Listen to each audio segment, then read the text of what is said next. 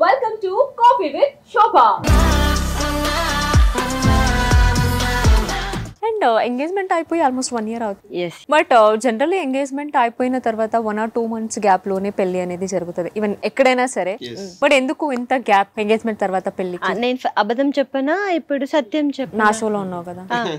అబద్ధం ఫస్ట్ చెప్తా, ఎందుకంటే ఈ గ్యాప్ లో మనం కలిసి ఉంటాం కదా, ఏమైనా తెలుస్తుందేమో నెగటివ్, అప్పుడు వదిలేద్దామా అని. తెలిసిందా ఏమైనా ఈ గ్యాప్ లో పోనీ ఏదైనా ఫైండ్ అవుట్ చేసావా? ఇప్పుడు సత్యం చెప్తాం.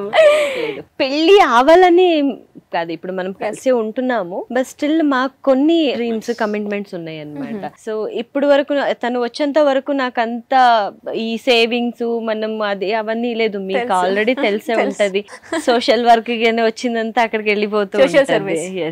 సో ఇప్పుడు తను వచ్చిన తర్వాత ఎస్ నాకు ఒక ఫ్యామిలీ కావాలి, నాకు ఒక ఇల్లు కావాలి. నిజం చెప్పాలంటే నా దగ్గర ఏమీ లేదు, జస్ట్ చూడాలంటే బిగ్ బాస్ నుంచి వచ్చాను అంతే తప్ప ఏమి ఉండేది కాదు. అంటే ఎందుకు పెళ్లి అయిపోయిన తర్వాత ఇల్లు కమిట్మెంట్ ఏమంటే పెళ్లి చేసుకున్న తర్వాత మేము పెట్టే మొదటి అడుగు మా ఇంట్లోనే పెట్టాలి. కనెక్ట్ అయిపోయారా మీరు?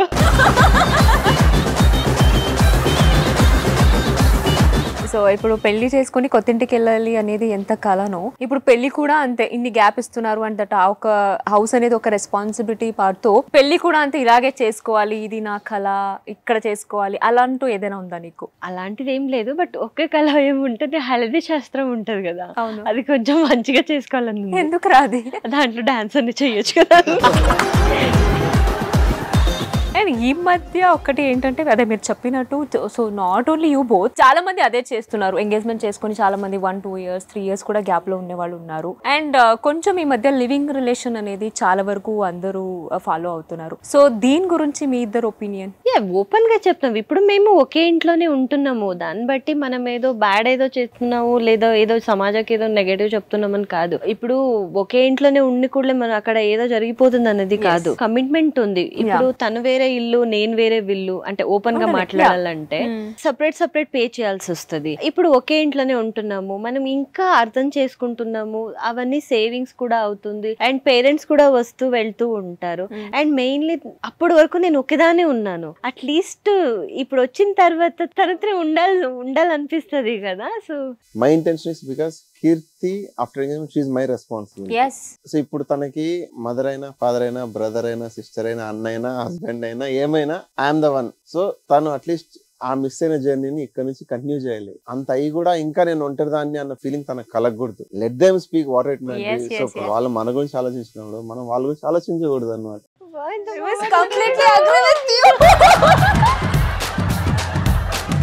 సో కీర్తి నువ్వేం చెప్తావు ఈ విషయంలో? అంటే చాలా రెస్పాన్సిబిలిటీ, కేరింగ్, లవ్. నేను ఓపెన్ గా చెప్పాలంటే ఐఎమ్ ఎ లక్కీ పర్సన్. తనలో నేను నా లైఫ్ చూస్తున్నా. ఇప్పటి వరకు నా లైఫ్ నాకు కావాలి అది ఇది అని లేదు. సో ఇప్పుడు నాకు నా లైఫ్ అంటే తను అనేది తెలుస్తుంది, because he gave me life అనమాట. నాకు నేను ఒక షోలో చెప్పాను, షూట్ నుంచి ఇంటికి వచ్చా గానీ నాకు ఎవరైనా డోర్ తీసి నేను ఉన్నాను అని తీయడానికి ఎవరైనా కావాలి అనిపిస్తుంది, బట్ ఎవరు లేరు అని. యూ బిలీవ్ ఆర్ నాట్, ఇప్పుడు ఆల్మోస్ట్ ఒక 60% నా షూట్ నుంచి వెళ్ళగానే తన డోర్ చెప్పి బాబు. సో అదేదో అంటారు కదా, లేని వాళ్ళకి ఆ వాల్యూ తెలుస్తుంది అంటారు కదా. So that is true. We can't express నాకు ఇలా అనిపిస్తుంది అలా అనిపిస్తుంది. చూడు ఎప్పుడు ఇలాగే ఉండండి, ఎవరి దృష్టి తాకకుండా. లవ్ స్టోరీ చెప్పమంటే చెప్పలేదు మీరు, అండ్ ప్రపోజ్ అట్లా కూడా ఏం లేదు, డైరెక్ట్ గా మ్యాచెస్ చూస్తున్నారు అనేసి చెప్పారు. కాబట్టి మేము మీ ఫ్యాన్స్ మేమందరూ ఏంటంటే ఇక్కడ మీకు ప్రపోజ్ చేయడానికి ఒక్క ఛాన్స్ ఇస్తున్నాం అనమాట. అండ్ దట్టు అమ్మాయిలకి ప్రపోజ్ చేయడం అంటే చాలా ఇష్టం కాబట్టి ఇక్కడ రోజ్ కూడా ఉంది కాబట్టి మీరు కీర్తిని ప్రపోజ్ చేయాలి, నువ్వు యాక్సెప్ట్ చేయాలి. మళ్ళీ సారీ కామెడీ. తెలుగు రాష్ట్రాలు ఉన్నాయి ప్రతి అబ్బాయి తరపున నేను చేస్తున్న ప్రపోజ్ అనమాట. ప్రతి ఒక్కరు అబ్బాయిలు మీకోసం, అంటే మిమ్మల్ని మీలాగే యాక్సెప్ట్ చేసే అమ్మాయి దొరికింది అనుకోండి, ప్రపంచాన్నైనా పోరాడి ఆ అమ్మాయి కోసం మీరు నిలుచుకోండి. తన కోసం ఎంతవరకైనా కిందకి దిగండి. ఆ అమ్మాయిని మీరు యాక్సెప్ట్ చేసుకుంటే you are the luckiest person in the world అని నేను చెప్తాను అనమాట. అండ్ ఆ లిస్ట్ లో నేను ఒకడు ఉన్నాను అనమాట. I'm the luckiest person because Keerthi accepted me. Love you పాపు.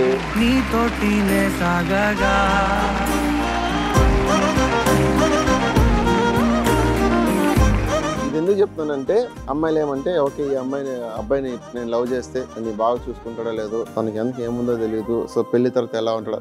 బికాస్ పెళ్లికి ముందు ఆస్తి పెళ్లి అయిన తర్వాత ఉంటుందో లేదు గ్యారెంటీ లేదు, పెళ్లికి ముందున్న జాబు పెళ్లి తర్వాత ఉంటుందో లేదో తెలియదు, బట్ పెళ్లి ముందున్న లవ్ పెళ్లి తర్వాత కూడా లవ్ ఉంటుంది అన్నమాట. సో ప్లీజ్ దయచేసి అమ్మాయిలు కానివ్వండి అబ్బాయిలు కానివ్వండి వెనక ముందు చూసి చేసుకోవాలి, బట్ ఏంది ఆస్తుల్ని అంతస్తులు చూసి కాదు. నేను ఆ కీర్తిలో ఆ ఒక్క ప్యూర్ లవ్ చూసాను కాబట్టి, బికాజ్ అంటే ఒక ఫ్యామిలీని ఎలా లవ్ చేయాలో తనకు తెలుసు, సో తనని ఇష్టపడే అబ్బాయిని ఎలా చూసుకోవాలో తనకు తెలుసు. అంత కళ్ళ ముందు తెలిసినప్పుడు ఏదో వదులుకుంటానండి.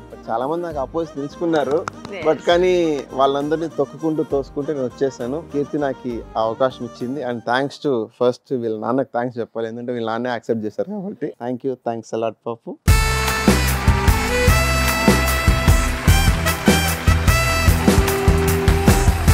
నా కోసం ఎవరైనా ఇలా ఒకరు మాట్లాడతారంటే అందరూ వెనకాల తిట్టుకున్న వాళ్ళే ఉంటారు, అండ్ తర్వాత ఓన్లీ యూస్ చేసుకోవడం ఇవే ఉంటాయి.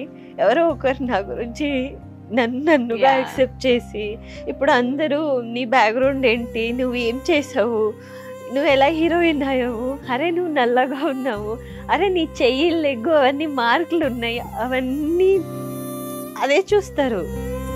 ఎవరు పర్సన్ ఇక్కడ నుంచి ఎవరు చూసేవాళ్ళు లేరు.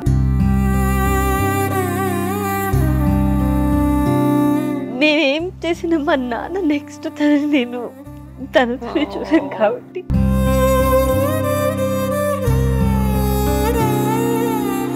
నా కోసం ఒకరు ఉన్నారు అని చెప్పుకోవడానికి ఈరోజు నాతో నా పక్కన నా నాన్న, నా అమ్మ, నా ఫ్యామిలీ మొత్తానికి ఐఎమ్ వెరీ హ్యాపీ. అందరికీ చెప్పగలను అరే నా కోసం ఒకరు ఉన్నారులే అని. ఎప్పుడు ఇలాగే ఉండండి, హ్యాపీగా తొందరలో పెళ్లి చేసుకోండి. మీరు ఏదైతే కళ అనుకున్నారో అన్ని త్వరలోనే ఫుల్ఫిల్ అవ్వాలనేసి నేనైతే చెయ్యాలి కదా. మన దగ్గర డబ్బులు ఉంటాయో లేదో, ఆఫర్ ఉంటాయో లేదో పక్కన పెడదాం. సో ఏమున్నా కూడా end of the day at least మేము చదివాము, ఇది లేకపోయినా కూడా మనం పని కూడా చేసుకుని లైఫ్ లీడ్ చేయొచ్చు. ఆ ఒక్క లవ్ ఉంటే చాలు, ఆ లవ్ కేరీ హ్యాపీగా ఉందాం అంతే, అంత తప్ప ఇంకేం అడగను. And I love you so much. ఈ లవ్ నాకు లైఫ్ లాంగ్, అంటే నేను నా ఊపిరి ఉన్నంత వరకు నాకు లవ్ ఇలాగే కావాలని కోరుకుంటా. I love you so much.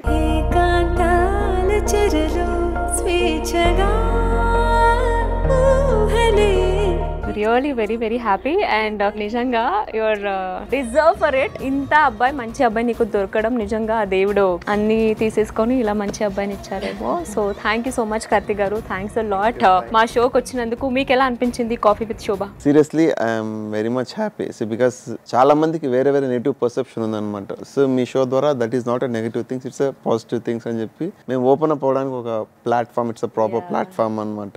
Thank you so much. But కీర్తిని అయితే నేనేం పంపించట్లేదు, కీర్తి గురించి ఇంకా చాలా మాట్లాడాలి. సో ఇందాకే చెప్పినట్టు కీర్తి మీద చాలా ప్రేమ, అండ్ దట్టు సమ్మర్ వచ్చేసింది కాబట్టి కీర్తి కోసం వచ్చేలోపు కూలర్ ఏసీలన్నీ కొనాలనేసి కార్తిక్ గారు బయలుదేరుతున్నారు. సో పంపించేసి మళ్ళీ కీర్తితో చాలా క్వశ్చన్, నేను కాదు నీ ఫ్యాన్స్ చాలా వరకు చాలా క్వశ్చన్స్ అని అడిగారు కాబట్టి సో మాట్లాడుకుందాం. Thank you so much. Thank you. Yeah.